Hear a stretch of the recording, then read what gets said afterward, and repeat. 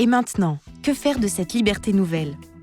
Pascal, Henri, Dominique, Martine, Florence et quelques autres, tous nouveaux retraités appartiennent à cette génération née dans les années 50, témoins de profonds bouleversements de société. Leurs parents sont souvent encore là et leurs enfants jamais très loin. Ils ont pour eux une belle espérance de vie, ils sont souvent en bonne santé, ont des envies plein la tête, mais aussi des questions existentielles. Comment vont-ils réinventer leur vie à la retraite ? Nous les écoutons au travers de portraits en petites touches, sensibles et pudiques, brossés par l'écrivain Stéphane Daniel. Pour Henri, le premier jour de la retraite s'est déroulé exactement comme tous ceux qui l'ont précédé.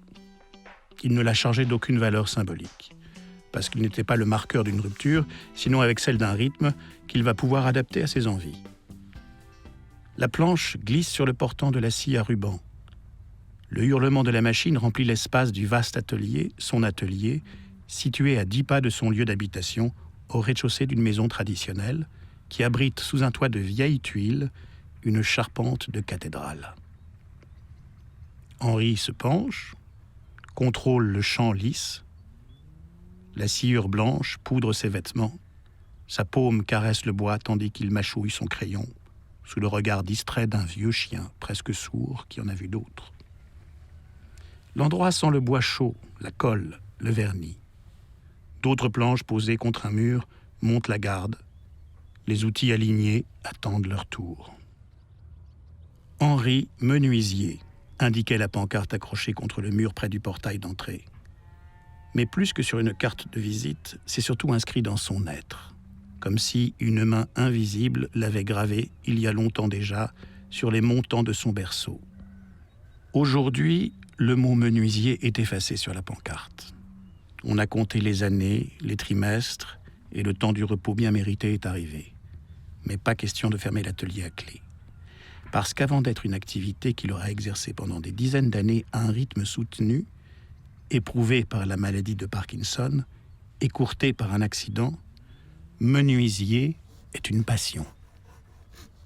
On part d'un matériau brut, vivant, résistant, et on lui donne, à la force des mains, une forme pleine de courbes, d'arêtes, de nuances et d'équilibre. La vie aussi est un matériau, et Henri l'aura travaillé avec le même enthousiasme, car des passions, il y en aura eu d'autres, à commencer par le goût du voyage.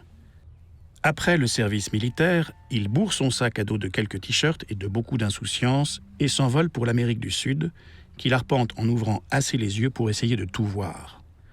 Au Pérou, il rencontre Cathy, une âme sœur qui deviendra sa femme et avec qui il aura une fille, Raphaël, lorsque sera venu le temps de construire un foyer. À son retour, il passe un CAP de menuisier et, après une formation à Villefranche-de-Rouergue, chez un artisan qui l'embauche autant pour ses capacités à apprendre le métier que pour ses talents de joueur dans l'équipe de foot de la ville, retourne dans son village de Martel et se met à son compte. Une région, le Lot. Une autre occasion de s'exalter.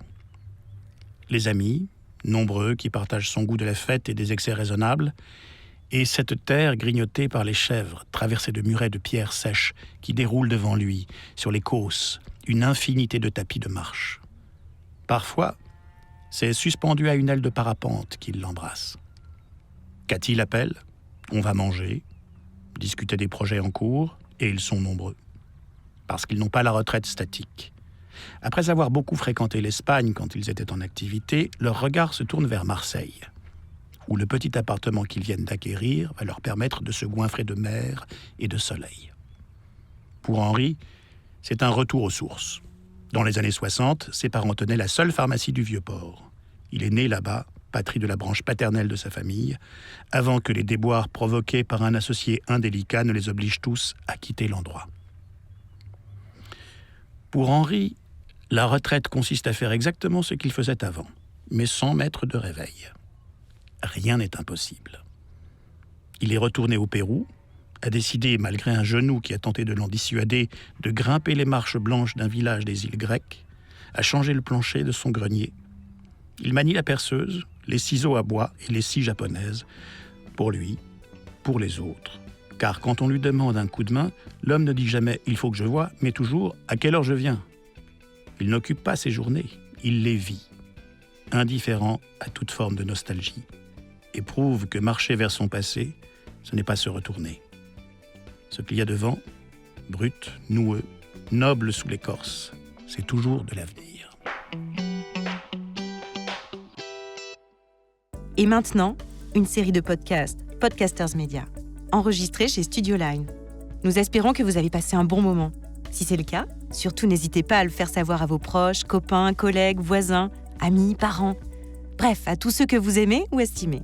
Vous pouvez aussi le dire sur Insta ou Facebook et nous mettre 5 étoiles sur l'application Apple Podcast. Les étoiles nous donnent des ailes.